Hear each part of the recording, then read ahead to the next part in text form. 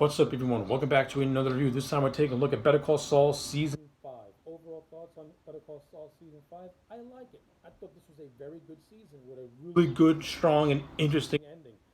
Um, Overall, I think that this season is weak as compared to seasons 1 through 4, but does that make season 5 bad? No, it doesn't. I just think that season 5 has some flaws that I just didn't really care for. So, without any further ado, I'll illustrate what I liked and what I didn't like. Things that I liked. Bob Odenkirk's performance as Jimmy McGill slash Saul Goodman in this season was absolutely fantastic. This season proves just how good of an underrated actor Bob Odenkirk really is. This season pretty much sees his pretty much full transformation from Jimmy McGill to Saul Goodman. Since his license has not been reinstated, Jimmy pretty much chooses to now practice under the McGill name, not wanting to be in Chuck's shadow, and now he's going to go under the full alias as Saul Goodman, Speedy Justice for You. Bob Odenkirk's performance all throughout this season was flawless. He's fantastic. No complaints.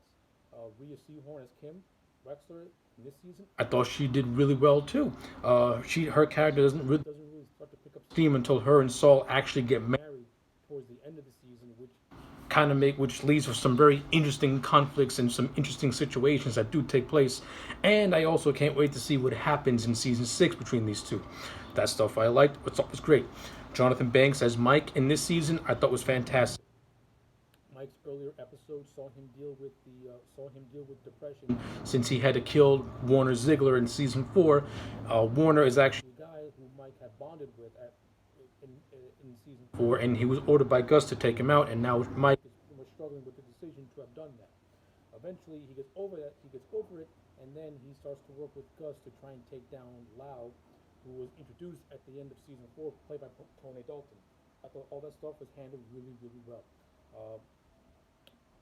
Michael Mundo as Nacho in this season, I enjoyed it. I like the fact that Nacho is pretty much playing two sides up the middle. He's pretty much working with Gus, and Gus has ordered him to pretty much infiltrate Lau's operation and become Lau's right-hand man in a way. So Nacho has a lot of very interesting things to do in this season, which I thought was really well handled. And I actually liked the chemistry that Michael Mundo has on screen with Giancarlo Esposito as Gus, who was fantastic as always, and with Tony Dalton as Lau, who, after watching this season, Lau has become my favorite character of Breaking Bad season 5, and maybe of Better Call Saul season 5, and maybe in the Better Call Saul universe in general. Tony Dalton as Lau is just awesome. He is so much fun to watch. Dalton brings this charismatic sadisticness to Lau. It's I call it charming psychopathy. That's what he gives Lau. Every time that Dalton's on screen as Lau, you can tell the man is just having a ball, just having fun playing this character. He is so good in it. He can make Lau likable, charming, and intense and violent all within the same scene, and Lau will always have that devilish smile on his face. I love it. Great job for Tony Dalton as Lau in this season. He's fantastic. Also, Dean Norris and Stephen Michael Quezada reprised their roles as Hank and as Gomez in this season.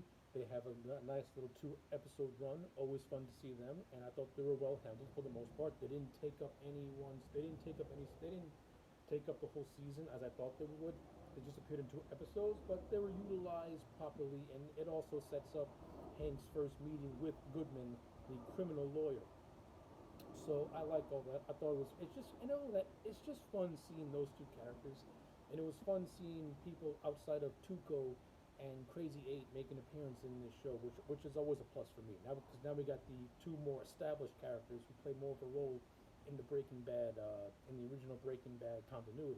So I got no complaints with that whatsoever. Great stuff. Other things that I like from a production standpoint, I like the overall look of this season. At first, I didn't really care for it, but after rewatching it again, I like that this movie has a much more washed out, just grittier and darker cinematography look, because it really parallels Jimmy's transformation into Saul. Jimmy McGill, in a way, is a more brighter character, and the cinematography in seasons 1 through 4 show that. But when you get to season 5, he goes into the more darker persona as Saul Goodman, and the cinematography having this very dark and grimy, gritty look to it really enhances Jimmy's transformation to Saul. So from an aesthetic standpoint, I like the look of this. I love the look of the season. It really looks good. Now we get on to my complaints. This season had a three-episode arc involving this guy called Mr. Acker, whose land is trying to be overtaken by Mesa Verde. I thought this ran for 3 episodes too long. This whole thing could have get done in just 1 episode, to be honest with you. Yes, it had some really funny moments to it, but overall, I thought it was just time filler and an overall waste. That's just me personally. The whole thing with Jimmy, with I'm sorry, the whole thing with Kim, the whole thing with Kim working with Jimmy to going against Jimmy with Mesa Verde, I thought was fun, interesting stuff. But overall, didn't really care for it, to be honest with you.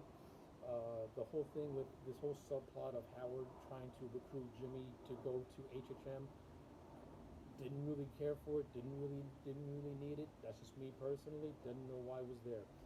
And the episode Bagman, which is basically Mike and Jim, which is pretty much Mike and Jimmy lost in the desert, I just thought was a very overall boring episode.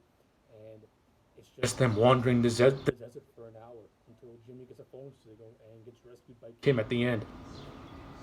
I thought Bagman was the most unappealing episode in the entire season. I thought it was kind of boring, coupled with the 3 episode arc of Mr. Acker, which did nothing for me whatsoever.